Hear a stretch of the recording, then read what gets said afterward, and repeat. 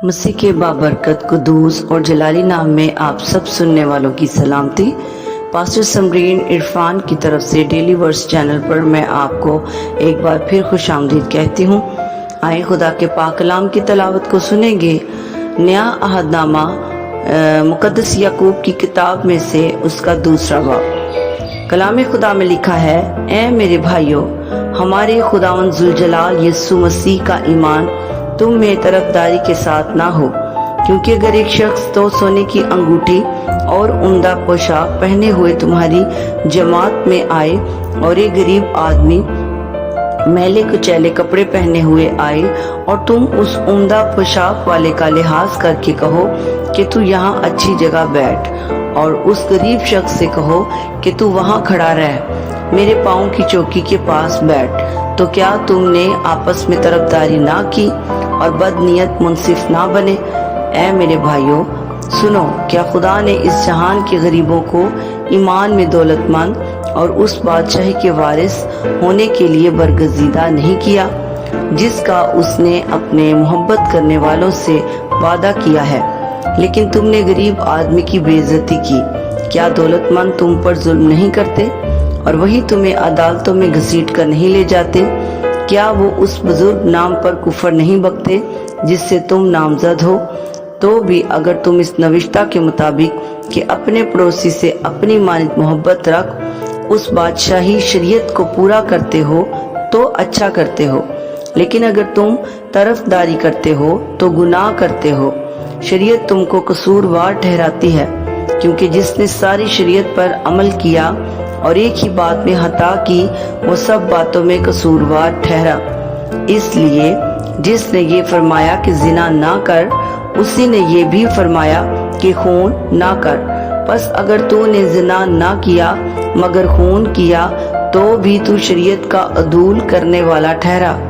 लेकिन तुम इन लोगों की तरह कलाम भी करो और काम भी करो जिनका आज़ादी की शरीयत के मुआफिक इंसाफ होगा, क्योंकि जिसने रहम नहीं किया उसका इंसाफ बगैर रहम के होगा। रहम इंसाफ पर गालिब आता है। ऐ मेरे भाइयों, अगर कोई कहे कि मैं ईमानदार हूँ मगर अमल ना करता हो तो क्या फायदा? क्या ऐसा ईमान उसे निजात दे सकता है? अगर कोई भाई या बहन नंगी हो और वो उनको रोजाना रोटी की कमी हो और तुम में से कोई उनसे कहे कि सलामती के साथ जाओ, गरम और सेर रहो, मगर जो चीजें तन के लिए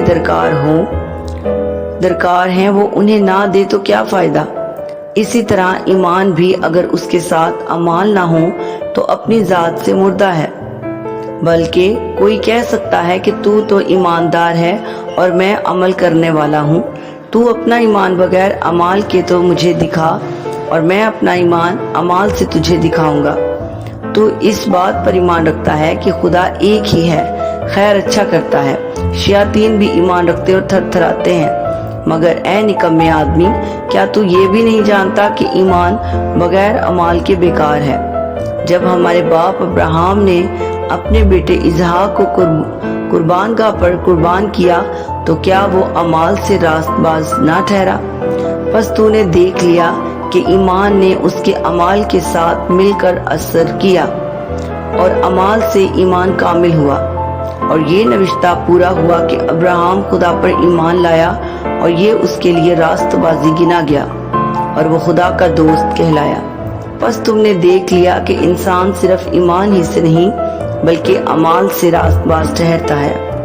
इसी तरह राहब फाहिशा भी जब उसने कासिदों को अपने घर में उतारा और दूसरी रात से रुखसत किया तो क्या अमाल से रास्तबाज ना ठहरी? गर्ज जैसे बदन बगैर रूह के मुर्दा है, वैसे ही ईमान भी बगैर अमाल के मुर्दा है। खुदावंद के पाक कलाम के पढ़े और सुने जाने पर खुदावंद की बड़ी बरकत हो। आप जरूर इस चैनल को सब्सक्राइब कीजिए, शेयर कीजिए और लाइक कीजिए। खुदावंद आप सबको इस सुने हुए कलाम के वसीले कसरत की बरकत दे। आमीन।